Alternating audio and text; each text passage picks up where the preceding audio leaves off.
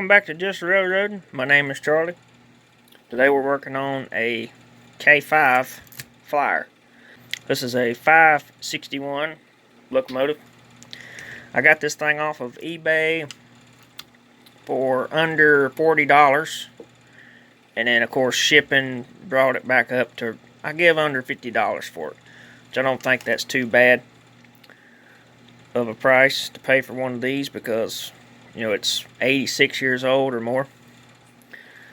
But I got the locomotive, and then I got the tender. Now this tender has pickups, but it does not have a chugger in it, and I'll get into that in a second. But pretty much this locomotive was pictured just like you see it here. This is the side you can see in the picture, and then he had a picture of the front, but he didn't have a picture of the bottom, the other side, or the underside of that tender. So there wasn't enough of anything for people to know if it was O gauge or S gauge. But I could tell it was O gauge for a couple of reasons. Number one, these wheels have the zinc pest in them. Number two, these are white, but they're chipped. S gauge never had white paint. They always had white plastic, because the center is plastic, the rim is metal, and then it has like a little plastic tire kind of thing that holds the two together. At least most of them. But the locomotive's in pretty decent condition. It has been repainted. You can probably see the brush strokes, but that don't bother me. It's missing the decals. That doesn't really bother me. Face plate is missing one of the tabs. I did get one. I'm going to try to make it work. It's for an S gauge, but I'm pretty sure it's the same thing, or close enough to where it'll snap inside of there. Of course, both front pilot wheels are zinc pested and chipped apart. I do have new ones of those. The back ones are kind of on their way, but they still have a decent edge to them. I thought about replacing them, but I really don't know how to get this thing apart without destroying it. So I'm just going to try to slide that back over onto those grooves. You can probably see those grooves. Slide it back over on those grooves. Probably secure it with a little bit of glue. Just something to hold it. And here's another thing you might notice. There's no center power pickup. What I'm thinking happened was, either this is an old build. Someone tried to make one look a little bit more realistic, you know, re-decaled, maybe a more realistic road name, I don't know. And they got rid of this center pickup for some reason or another. Maybe because you can see it a little bit. And then they probably had a passenger car set with the engine, and they probably took the pickups off of the passenger cars and put them on the tender. Or the pickup broke, you know, got damaged, quit getting power, so they put it on the tender and run it through there. And the tender was actually connected to the locomotive with a freaking cotter pin. So that's kind of funny, but they had it fastened on there. When I got it in the mail, it was like that, and that's why this has come loose, because when he shipped it, they were in there doing this with each other, and it just wasn't really good on everything. But I'm thinking I can fix that. It has been modified. Someone put flathead screws in here and put little blocks to hold this piece in place, where I guess it's come loose so many times.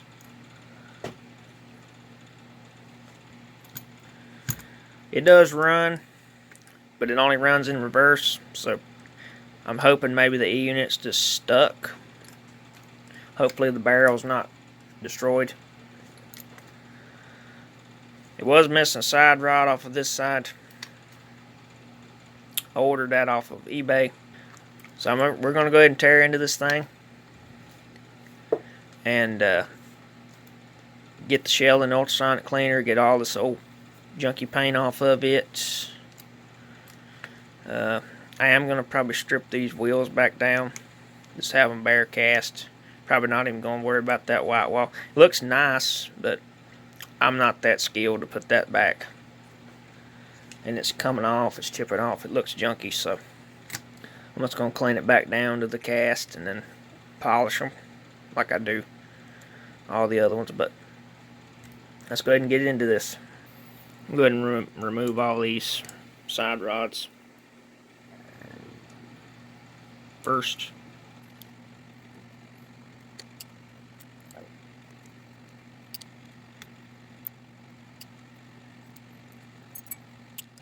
Okay, I got that stuff off.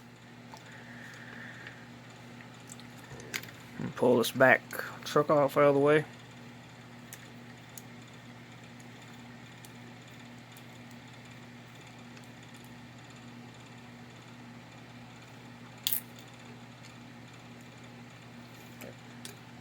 You can see that zinc pest in these. Right in there where it's separating. I was able to slide that back over, so put a little glue on the insides. Of course, I think it feels like maybe this one's supposed to move. I don't know. Pull this front pallet off real quick. This one's actually in a little bit better shape than the 545 that I did a few videos back.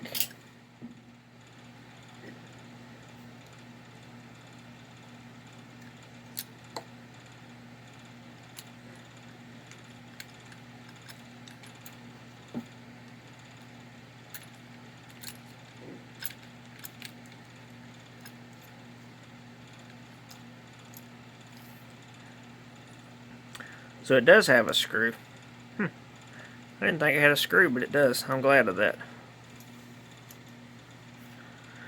Okay. I'm going to pull this off now.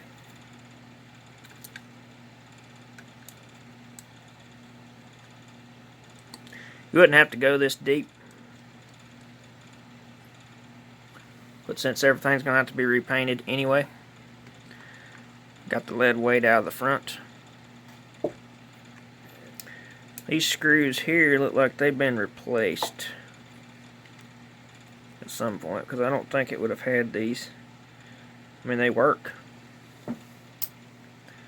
I'm pretty sure it would have had flatheads when it was new, because that's what the 545 had.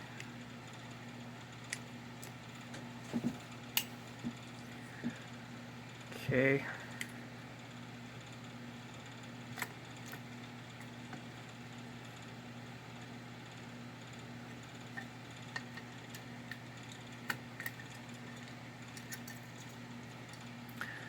And we got the motor out of the shell.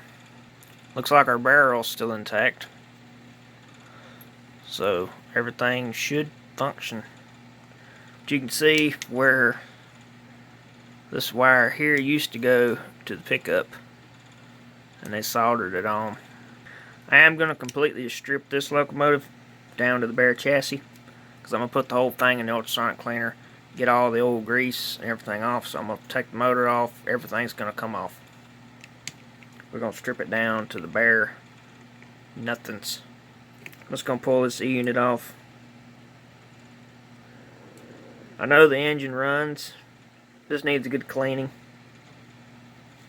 That light bulb holder is wedged in place. Looks like it's just soldered on right there. It's kind of unusual. I think that's solder. Yeah, it's solder. Okay. It's unhooked. Now we just gotta take the motor apart. Now I heard somebody on YouTube saying that these crack. They had one that was cracked, and they said every one of them they've ever seen was cracked. So far, the two that I've had like this, including this, well, not including this one, I got another one over there, a parts one. These aren't cracked, so I don't know if this one is or not. I haven't really looked at it, but we're going to see when I get it off.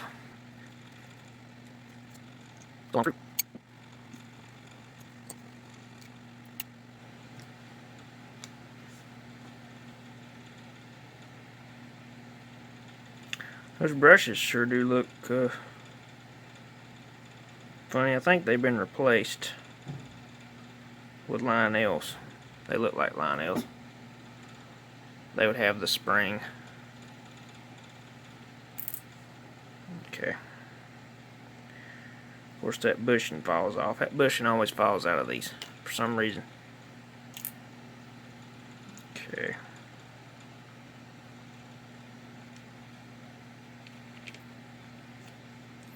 That comes right out of there, and I think there's some thrust washers. I'll have to watch for those. Yeah.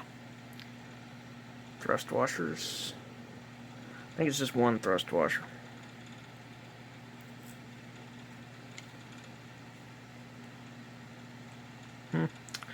Maybe not. Let's see. No, there's two. Okay. So 2 thrust washers.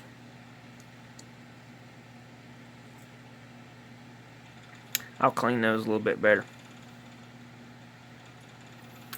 Armature don't look bad. Alright. There's everything stripped off except for the side rods. I gotta do that real fast. And of course this block of wood and the grease pan. Take those off real fast.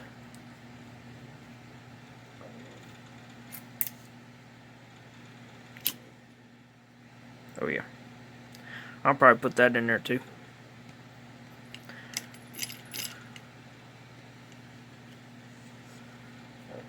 Little piece of wood. Probably a paint stir stick. That's what it looks like.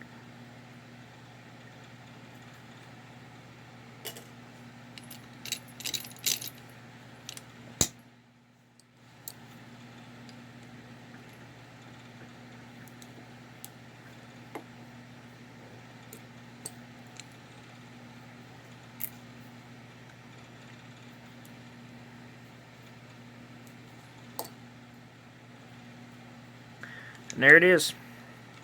Tore down about as far as I can take it. So we'll put this in the ultrasonic cleaner.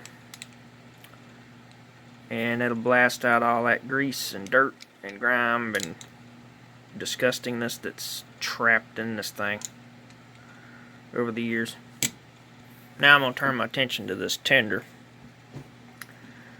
because I want to get everything took apart so I can start stripping the paint off of everything. Tenders is held on, tender shells is held on with 4 flathead screws. This is a die-cast tender shell. Now unfortunately the truck on this tender on the back is missing the coupler, and I don't really know where to get one or find one for it. I might end up having to make one out of some sheet metal. Okay. Nice die-cast tender. Get a good bit of weight to it. Even has marker lights on the back. Ladder, grab irons. It's pretty neat. I'm just going to put it in there with these on it because I'm pretty sure these are nickel plated. And hopefully it'll knock that paint off of them, that I can actually remove them properly. I think I can take these things off. Looks like they go down inside of here. So it probably slides out and slides up. I'm not sure. Might end up having to leave them. Yeah, I might have to leave them. Don't look like they come off. So maybe they're not nickel plated. I'm not really sure the era or the vintage of this mod, because I mean, look at the tape. They've got cloth tape, cloth wire, and look at this tape. This is something they had holding these wires down. I don't know. And then they also use, like, this stuff is insulation. So it's nothing that's been done recently. Either that or they used old stuff to do it. But it's pretty neat, whatever they did. Alright, I'm going to go on ahead and cut this off.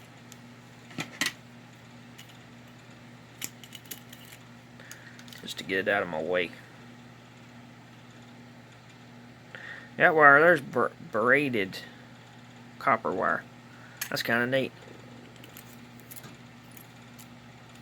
Some good stuff.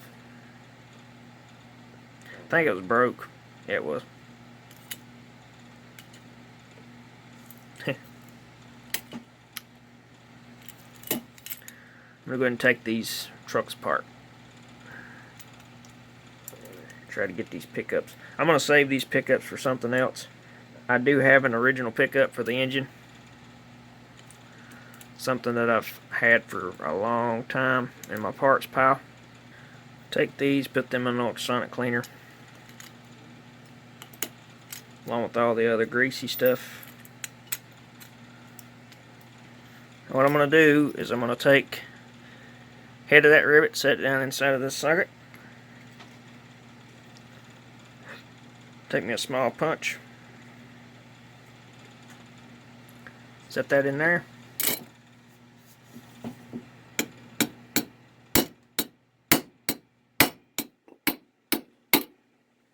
Like that.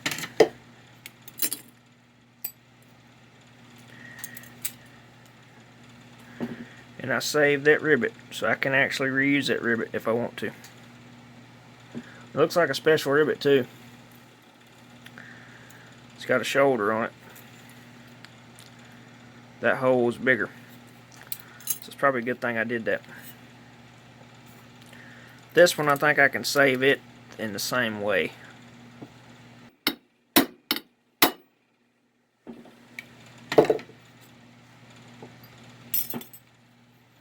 Okay, got that now. So the big end is the one with the coupler. The little ends is the one with the drawbar. There's our truck. Drawbar.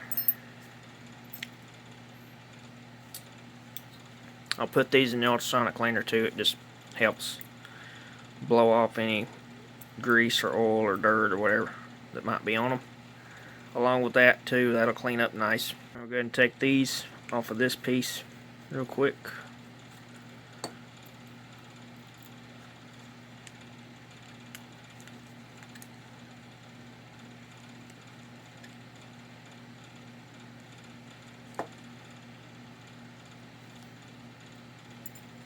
Then we'll go in there. This can go with the paint stuff. This is also going to be getting another coat of paint. Pull this front truck assembly off.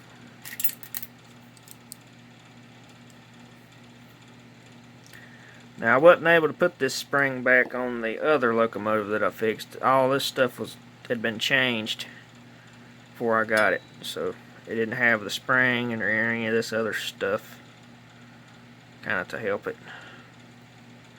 I don't know why there's a washer on here, because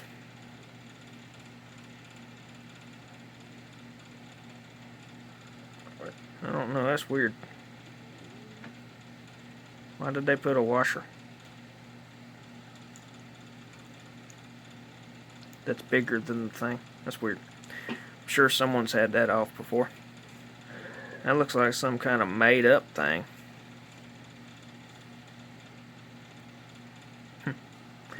And I might have to come up with a couple of pieces of hardware for that. I am going to put this screw back with this truck, though. I'm going to show you how to remove these wheels too in a minute. Probably get a kick out of it. So it looks like another one of those pieces that probably shouldn't come off, but is going to have to, that bar going across there.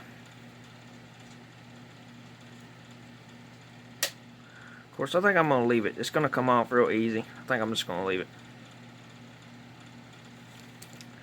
I am going to dig, well, I'm going to leave those two because they'll come off in the ultrasonic cleaner. So this is ready to go.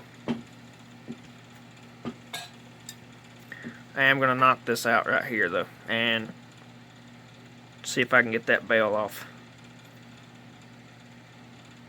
But we'll do that off camera.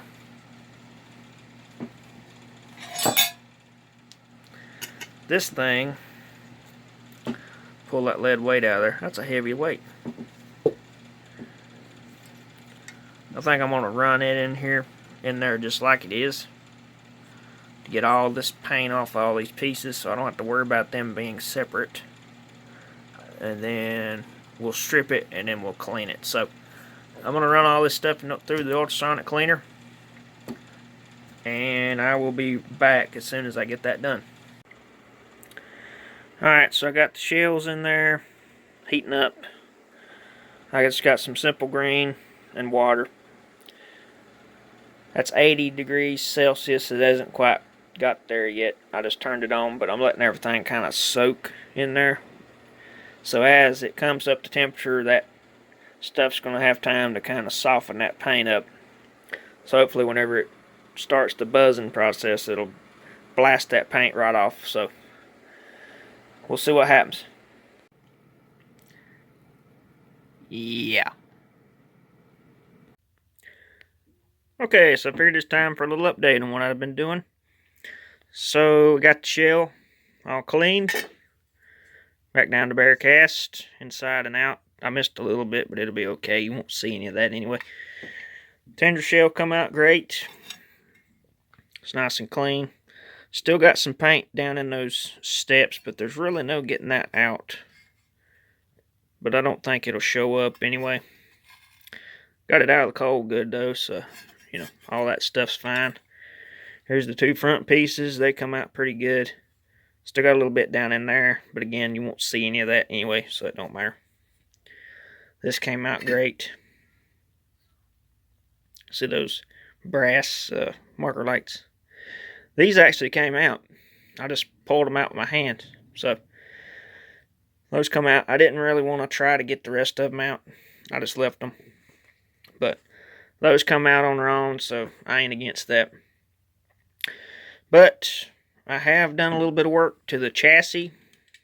Ultrasonic cleaned it, got the white paint off the wheels, got the black paint off the wheels, got all the old grease and oil and everything off.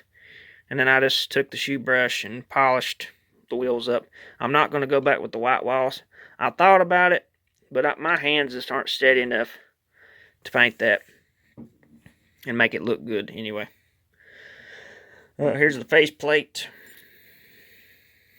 These are actually black. I didn't know that. So I run it for absolutely nothing because it was already black.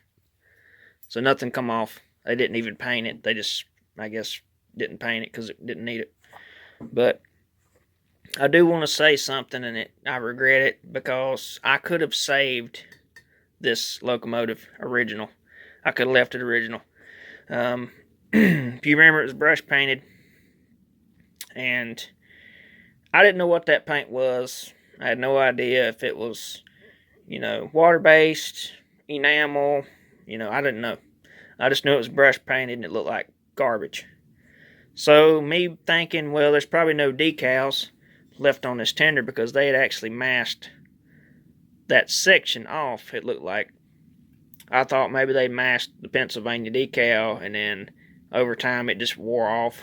So I didn't really think too much of it. Well, I put it in the ultrasonic cleaner for about 10 minutes. It had it set to, I think, 170 something degrees. That's the highest it'll go up to. Had it in there for about 10 minutes. I pulled it up because I just wanted to see how it looked. Pulled it up. First thing I saw, 561 on the side of the cab. And then I saw Pennsylvania on the side of the tender. So I thought, I might could save the original paint here. So I thought it had some black still on the decal. So I got it out. I wiped my hand over it, and as I wiped, it wiped the Pennsylvania off. And it did the same thing on the locomotive. So if I would have known that those were still intact and the paint was still that great, I could have just probably washed the paint right off of everything here with this warm soapy water. So, it makes me kind of sick to my stomach to know that I could have saved and had an original example here. It would have been original again. It would have been just as good as it was. you know, as good as my other stuff in my collection. Of course, it would have had chips and things here and there, but I don't mind that. If it's an original, that is. So, it just sort of upsets me that I could have saved the original paint. And, you know, I didn't know. So, that happens sometimes. If I had my time on over, I would have tried to wash it off just to see. But I just assumed there was nothing left. But anyway, I had to run this a total of probably 5 hours a piece for that and that to get the paint off. This paint was tough. And the thing is, when you run these in the ultrasonic cleaner, it softens the paint up and makes it so you can't really overspray it and you can't save it, because it takes something out of the paint, but it also messes it up so paint won't stick to it right and it won't blend well. It'll make it like fish eyes. So it's either go on ahead and get it all off or have a mess. So I went on ahead and got it all off, but I'm hoping, I was trying to see if I could find some decals for this thing. I bought some, but they're just too big. The Pennsylvania is just way too big for this tender. It will not look right. I can use the numbers that came with the kit for the locomotive, but I can't use the Pennsylvania decals. So I think someone makes Marks Pennsylvania decals for the wedge tenders, and I'm wanting to say those would be about the right size to fit on here and look pretty decent. So I'm going to try to see if I can't find some of those. I was hoping I might could find like a S-gauge decal set, because these are the same exact tenders that they used on S-gauge. Same shell too. It's the same locomotive. The only difference is the motor changed, and of course the trucks and everything. But I'm gonna try to see if I can't get some decals to make it look better. I got this shoe plate. I've actually had this thing for years. Didn't have nothing to use it on, but now I do, so that's nice. Like I said, I cleaned the motor. I did make a discovery though. This thing has had the you-know-what run out of it. Not well you can see. Not well at all, apparently. See that dish shape? That's how much brushes this thing has gone through. It has literally wore the copper plates into a dish shape. So I don't know if this motor's even going to run. I haven't even got to try it yet. I want to say it's the exact same motor as the S-gauge stuff, so I could probably swap an S-gauge unit off and put it on it, and it'd probably work. I've got one. So if it turns out to be a complete lost cause, I've got S-gauge parts that I can put on this and it'll work just fine. I'm pretty sure this is probably still good. This is my main concern though. But the E-unit, I haven't cleaned anything up yet on any of this stuff. I did clean the side rods, and I'm fixing to put everything back together just as a mock-up and see if this will even work. I don't even know if this thing's going to work. I don't think it's going to be long enough. I think someone sawed it off shorter. Could be wrong, but I'm going to try it and see. If it doesn't work, I'm going to make a new pin just like I did for the 545 and put all that back the way it should be. Fixing to start working on these front trucks, getting those old wheels off, and I did work on the back trucks, and if I would have known this, I would have ordered new wheels. You can actually get this thing apart right there. It splits, and this one's actually been split before, and I did open it up a little bit. You can see how it's kind of bent on the back. I wasn't the first one that did that, but it's supposed to be braided, and it's not been braided. But you can open these up and get these wheels out. Now I did super glue the wheels. I ultrasonic cleaned this, and then I super glued the wheels back onto the axle where they won't slide and turn anymore. And then I put a little super glue where the fractured areas are, so it will quit cracking and crumbling apart. Try to get a few more years out of that anyway. But let's go on ahead and get that motor going. Get all these parts here reassembled onto that and get that done, set to the side. And then when I get some nicer weather, I'm going to paint this and decal it. Okay, so I went on ahead and made a new pin for this piece. I made that out of an old Lionel ZW control rivet for the whistle and the direction. Just put it in my lathe and turned it down so it'd be brass again, but used the original plate, of course.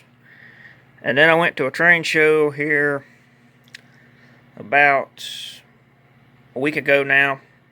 The video dropped for that train show yesterday, which was Saturday. This is Sunday. So if anyone wants to go back and look at that when I get this, you'll see it. But this is a chugging tender. This locomotive did not have a chugging tender, of course, when I got it. But I found this for like $8. It had a good coupler, good trucks, well, decent trucks. I had to take the original trucks and this one and kind of make one, but it's pretty much all there, complete. It did have a tender shell on it. Here's what's left of it. It had zinc pest in it real bad, and it had actually grown in size, if that makes sense. Like it was actually longer than the chassis by about like 1/8 of an inch, so two of the holes wouldn't line up, and it was all warped up on one side. And when I took it apart, this broke. This corner actually cracked. And then this side was all warped up, and I thought, well, maybe I can straighten it. So I took and filled this space up with some wood and whatever else I could find that would tighten that gap up. Put it in the vise, and it just basically turned into pieces. So that's junk.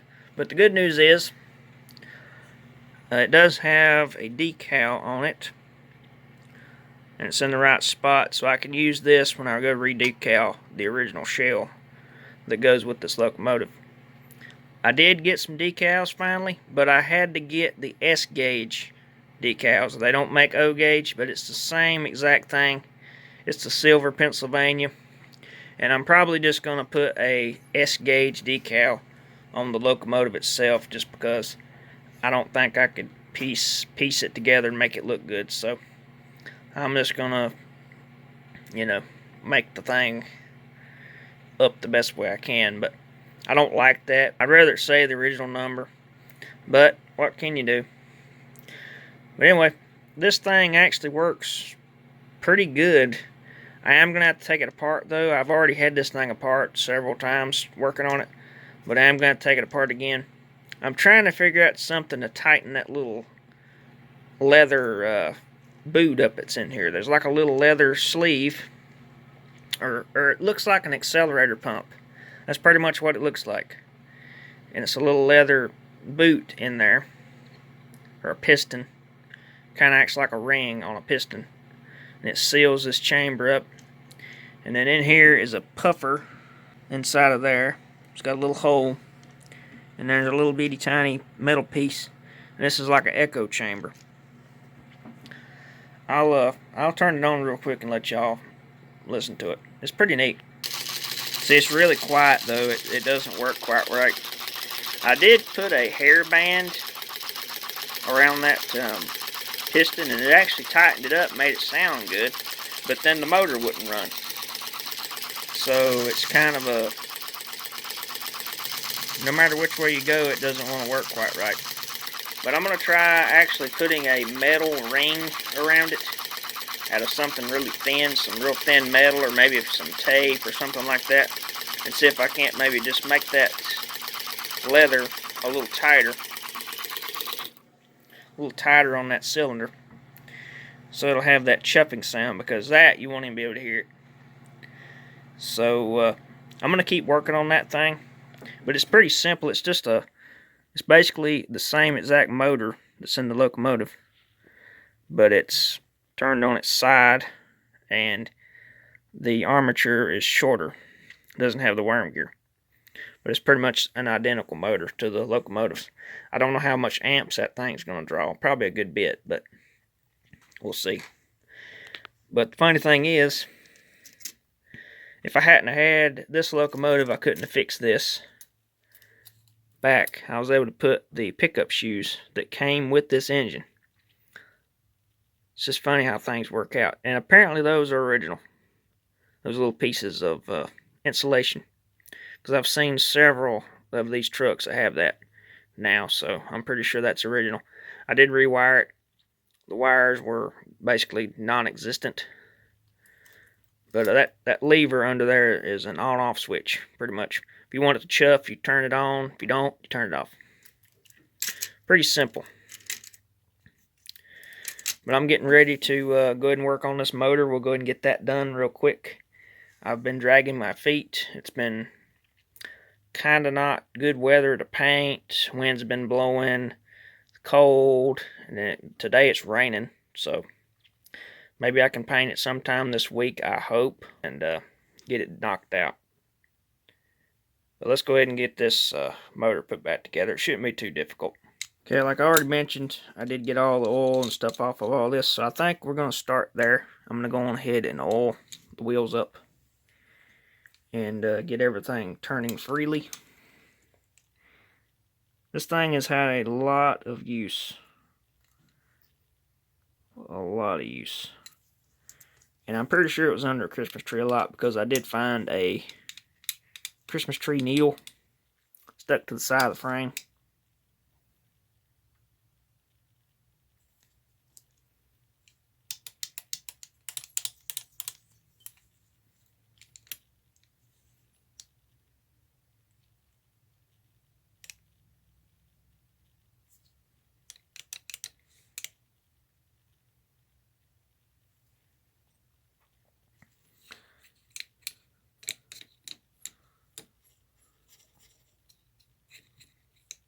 Okay, got all the wheels oiled up now. Everything feels real good and smooth. I was trying to figure out which way this thing went, but I can see two little holes, so that tells me where it needs to go. Okay, I'm just going to let that sit there for a second. I'm going to go on ahead and clean this guy up. You can see that dish. That's just crazy to me, how this thing got wore that bad. That's a lot of run time. So I'm going to take a little alcohol. I'm going to hit it now with the fiberglass pencil.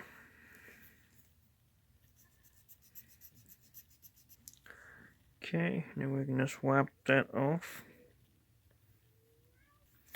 Okay, there that is. That's nice and clean. Now there's two little thrust washers. And I think I'm going to put one of them on.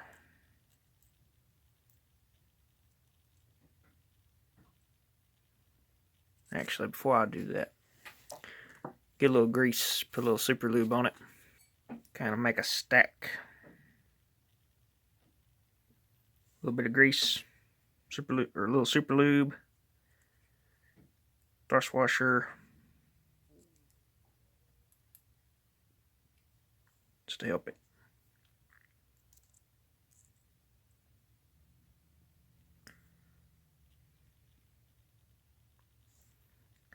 A bit more grease.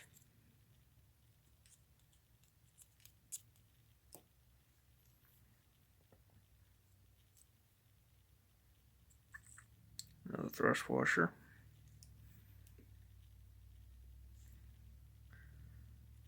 A little bit more grease on that.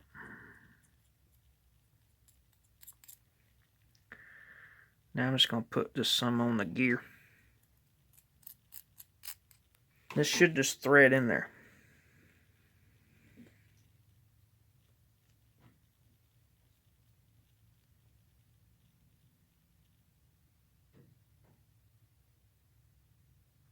Like that. Okay. Now we've got to clean this guy up. And it looks like he's pretty dirty. So all the years of them brushes got on it. You can actually buy these. I actually saw those on eBay today, as a matter of fact. I didn't think you could buy parts for these like that, but you can. They're for S gauge, but it's the same exact thing. As a matter of fact, an S gauge with the slide-on things will fit this motor. It's the same exact motor. Now, some Flyers have the small motors, but all the ones I have these big ones in S gauge.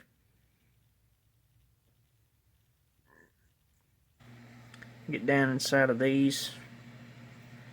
This is where the majority of your stuff is going to really affect you. Down in the actual brush holders. You want to get those clean. Get all that black out of them. That's just old carbon and grease and whatever else. Okay, we're ready to go back together. Before I do, I'm going to put the little brass piece back in here. There we go. Set that on there. I'm not going to put any grease on that. That's an oil only thing. You probably could put a little grease, but it might sling on the brushes, and we don't want that.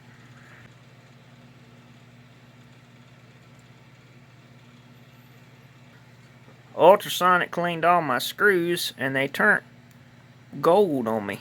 I don't know why that happened, or brass. They look like brass screws now.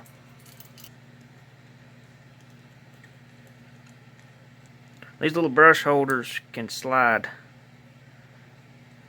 I gotta put the brushes back in it. I actually robbed the brushes out of the chugging tender because they were the same.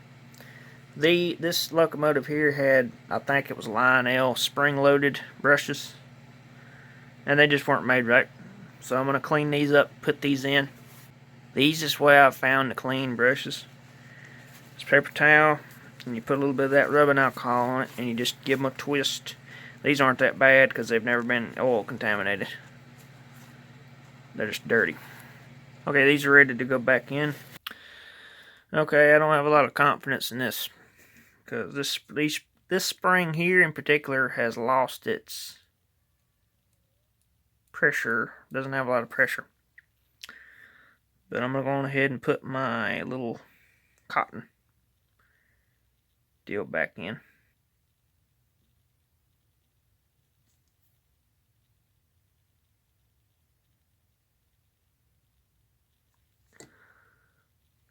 That basically acts like a wick. I'm going to go on ahead now. We'll clean this thing up. I'm going to try to wipe it off with alcohol. And then, if that don't work, we'll go to contact cleaner. Take our fiberglass pencil now. Okay, I got that piece clean. I'm going to hit with a little contact cleaner though. Just some simple contact cleaner. And we'll be ready to put this piece back. Okay, I kind of got it on some more stuff than I wanted to, but it happens. Okay. So it's just held in place with two little flathead screws. Okay, so the unit's all fastened back on. Now we got to resolder this wire back on the headlight. I'm thinking this had some kind of sleeve over it, but I'm not sure if it did or not, but I think it did. So I might have to come up with that real quick. Probably just a piece of heat shrink will do. Okay, so I was able to find a piece of this stuff, which I want to say was what was on it. If I can get this to fit, that is.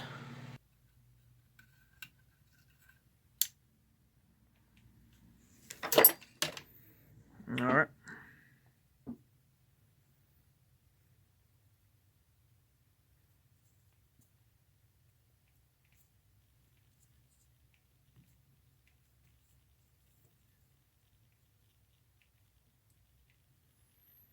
And there we are. Just like that. Good and simple. Okay. I'm actually going to use this wire to put my pickup plate back on with. This is already hooked into what it needs to hook into, and it's original-ish looking.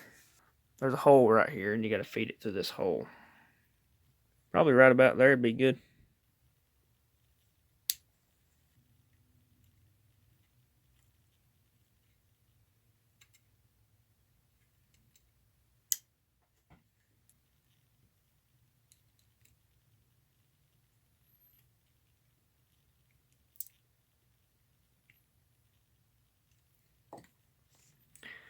Okay, before I put this other screw in, before I put that on though, get some grease on that gear.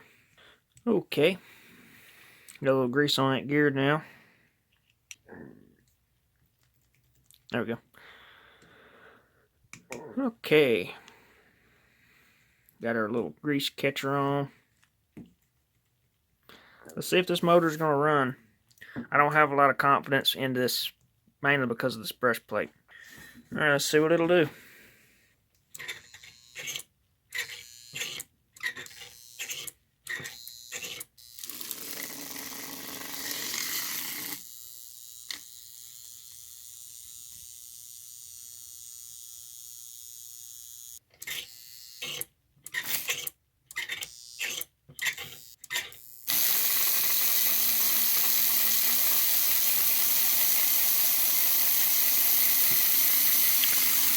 Okay, first you can see the little lightning bolts in there. It's just where that brush is flat and it's trying to conform to a dish-shaped surface. So it's having to burn and wear that shape in. It's running better than I thought it would though. And the unit's still won't stick. I'm going to clean that unit out.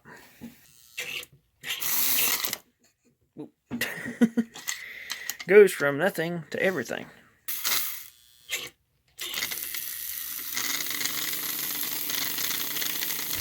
Okay, so backing up is not happy.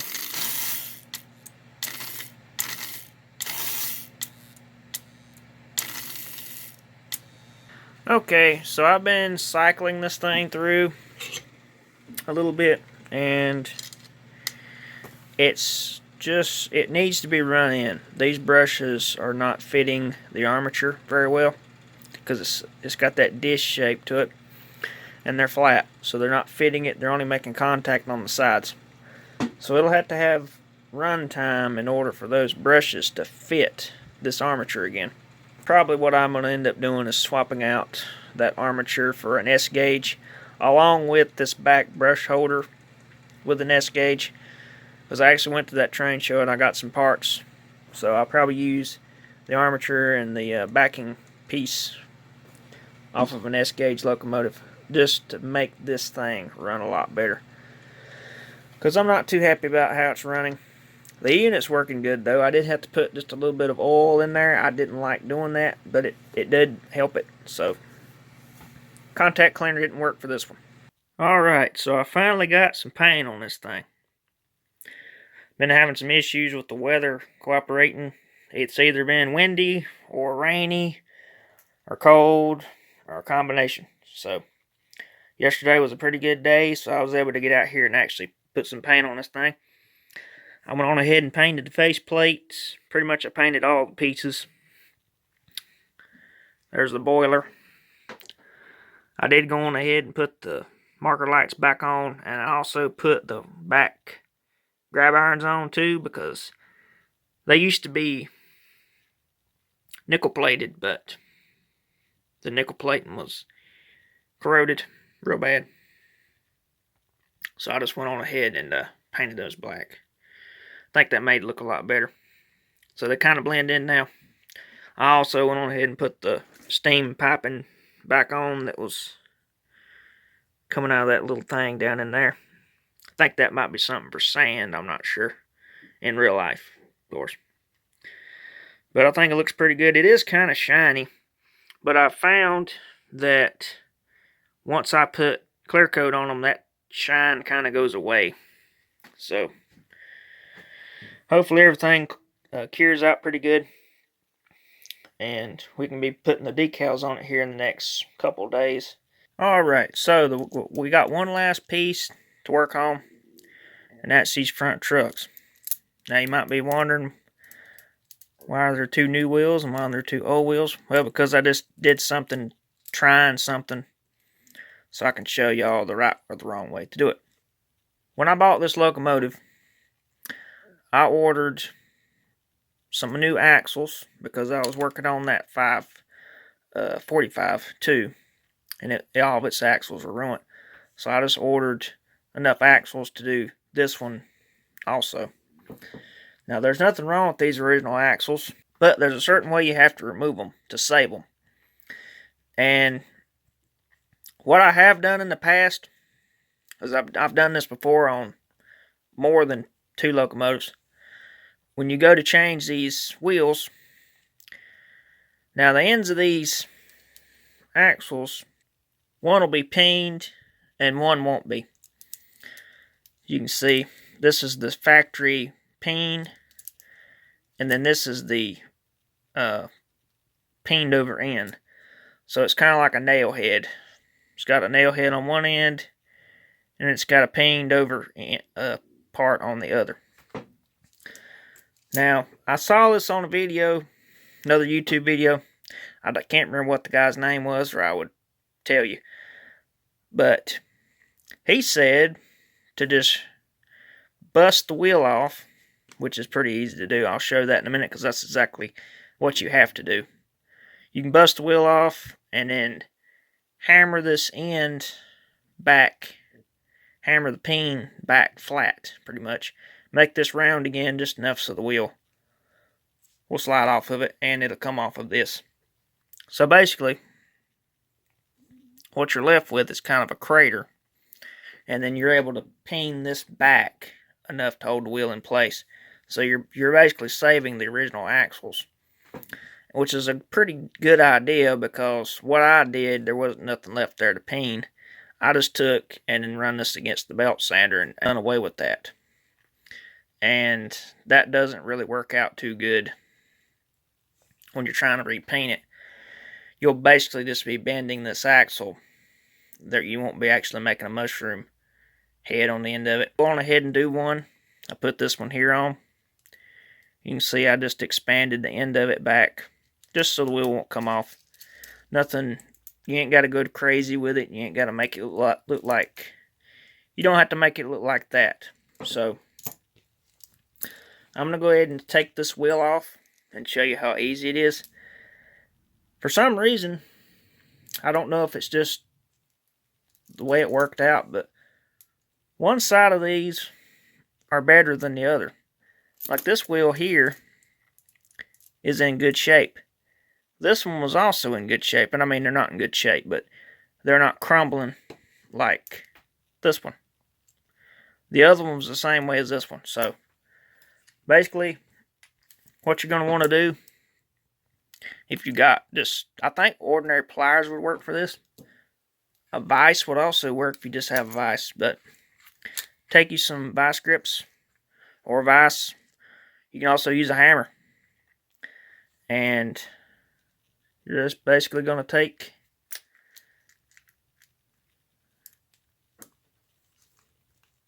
and crush it, just like that. And then that's what you're left with. And see, now I can peen that back flat. So I'm going to go ahead and do that real quick. I'm going to peen this back flat, get this axle off, and we'll throw a new set of wheels on it and a new axle. Alright, we got that peened over now on the end, so now it should just slide right off. And that's what you're left with. So I am going to save these. Might have to use them on another project one day. You never know. But let's go on ahead and put these new wheels on. I don't know it 100% sure, but I'm wanting to say these are made out of brass. These new ones. Because I actually got some of the bigger kinds, like are on this, and replaced the ones on the other locomotive I've got. And I had to drill one of them out because it was made for this type of setup. It wasn't made for the other kind.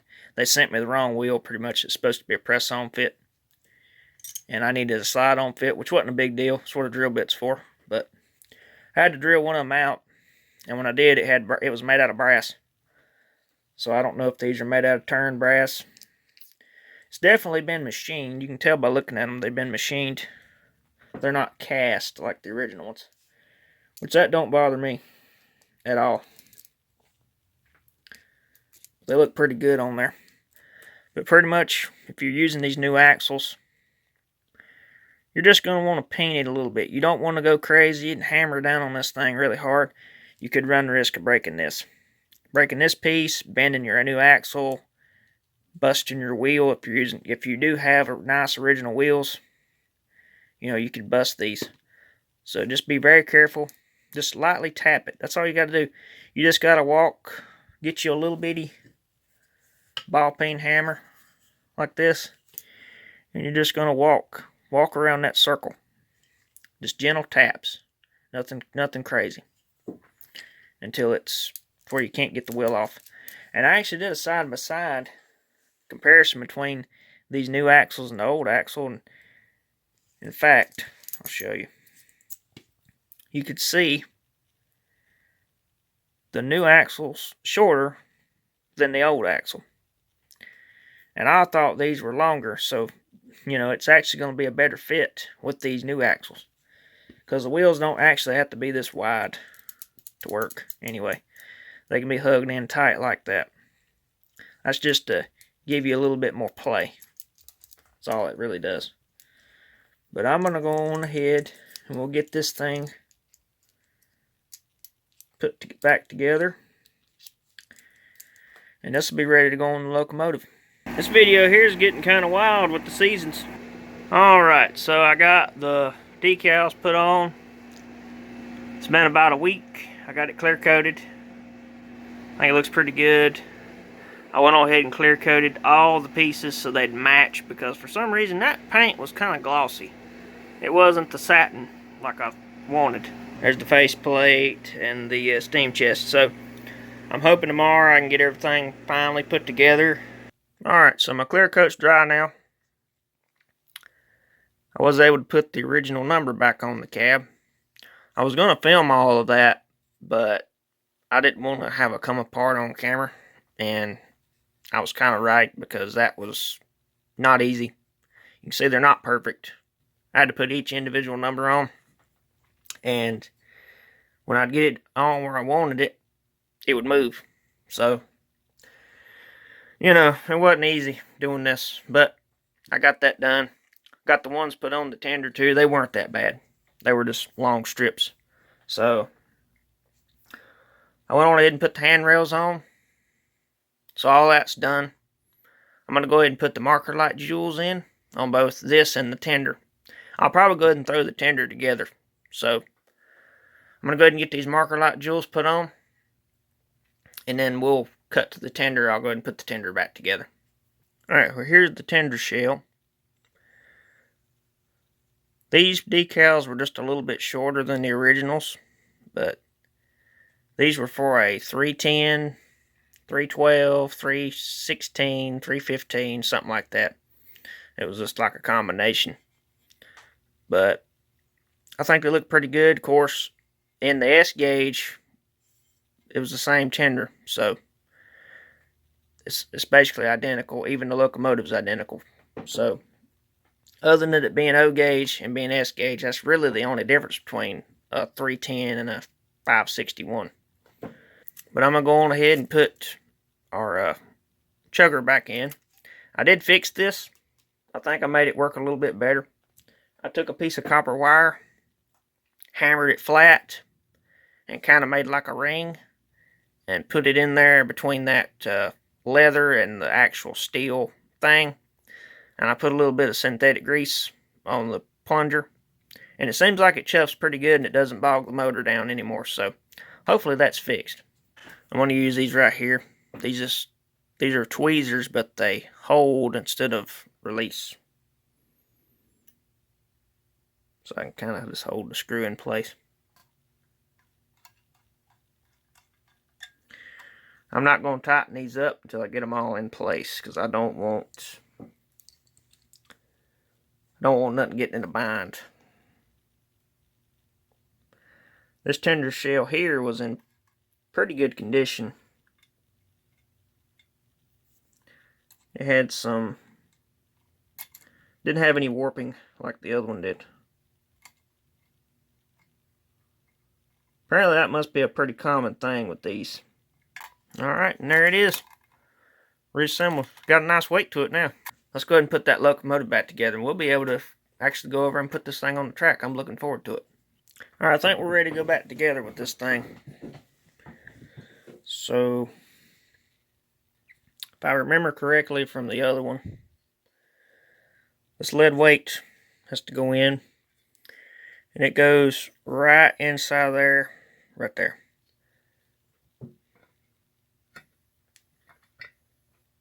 Okay, we got our lead weight in now. I went ahead and put the side rods back on. I did work on this motor a little more. Got the unit to work better. My brushes actually were messed up. The brush springs were actually stuck. One of them was actually stuck. And I was able to break that loose and straighten it. What happened was, whenever I put the thing back together, I kind of got it in a bind. And I didn't notice it. These aren't the original screws, but they work.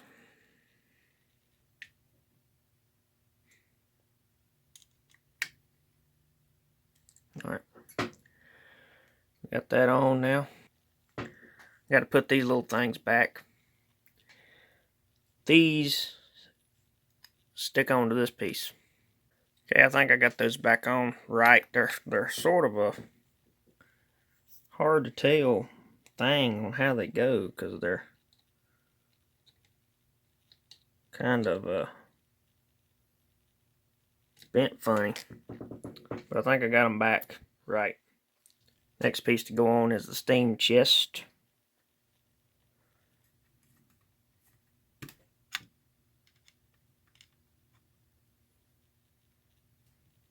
Okay. And then this piece goes on.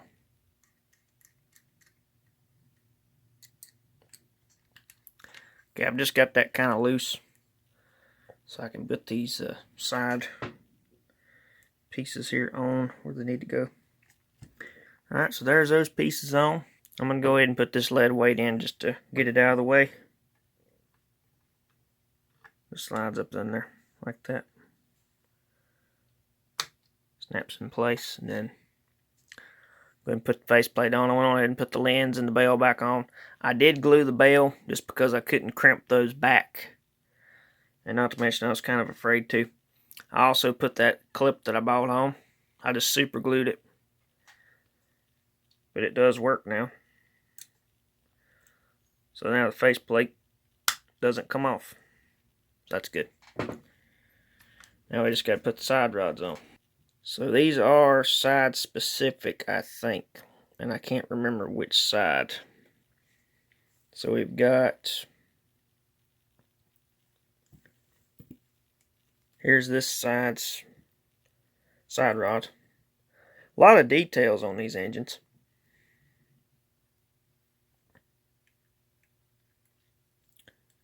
That's just going to slide up.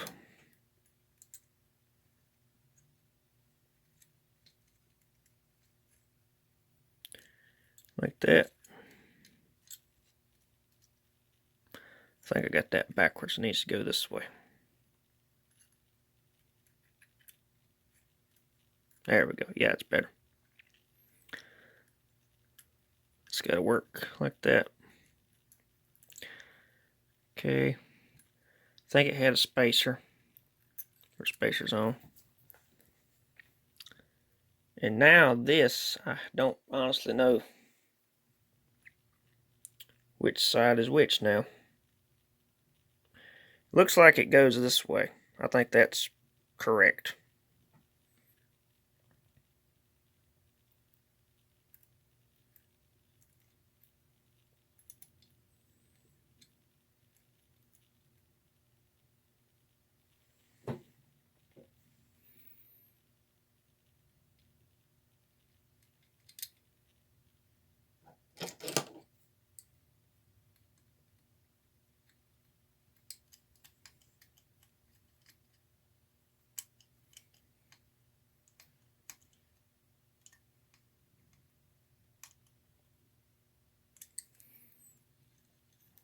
Okay.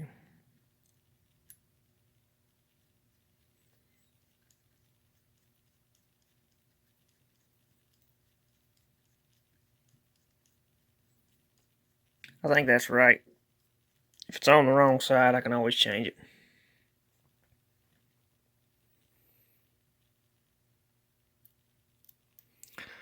I'll have to look back through my pictures and my video and see what side was which. But I'm thinking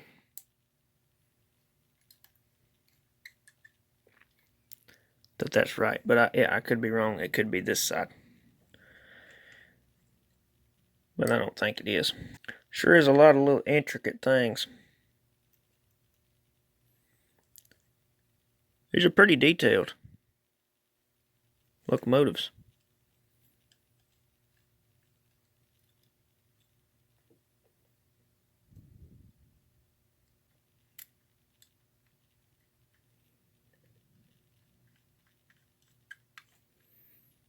Okay, I think I got this side. I'm going to go ahead and do the other side.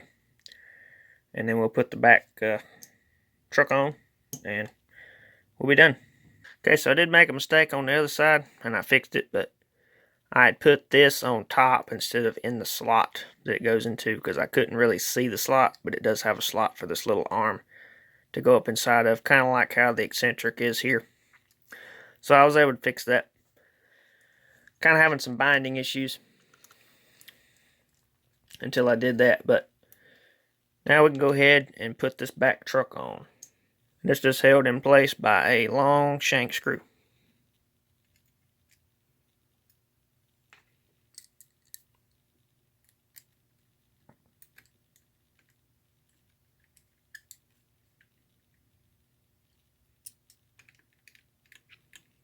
Okay. Well, I think that's it. That's everything. We have our 561 all reassembled. So let's take this thing over there and put it on the track. I really want to see how this thing runs. Alright, well here's the American Flyer 561 on the track. Got some Marx 3/16 cars behind it. And I thought it'd be kind of neat to take a Marx 333 and just set it next to it just for a size comparison. The Marx 333 is a little bigger. Kind of see the height difference. I don't know if the Marx 333 is 5/16. I know the 999s are, but I don't know about the 333s. But I just wanted to show the size differences between the 333 Marx and the American Flyer. But I'm going to go ahead and run the Flyer now, and we'll listen to the chugging tender. It's pretty neat, so let's run it.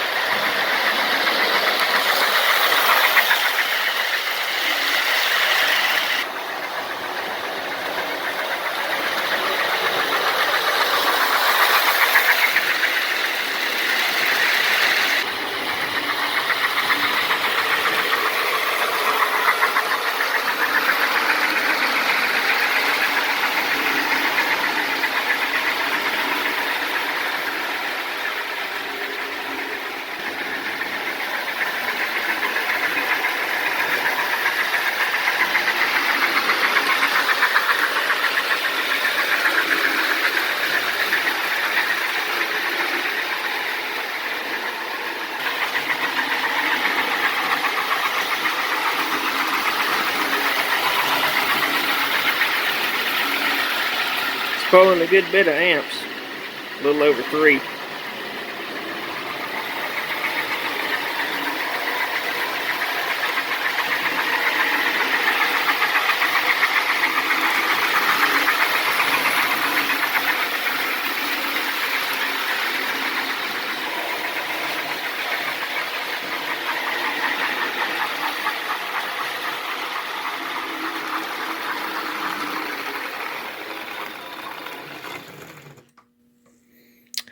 It's a pretty good runner, though. Runs really well.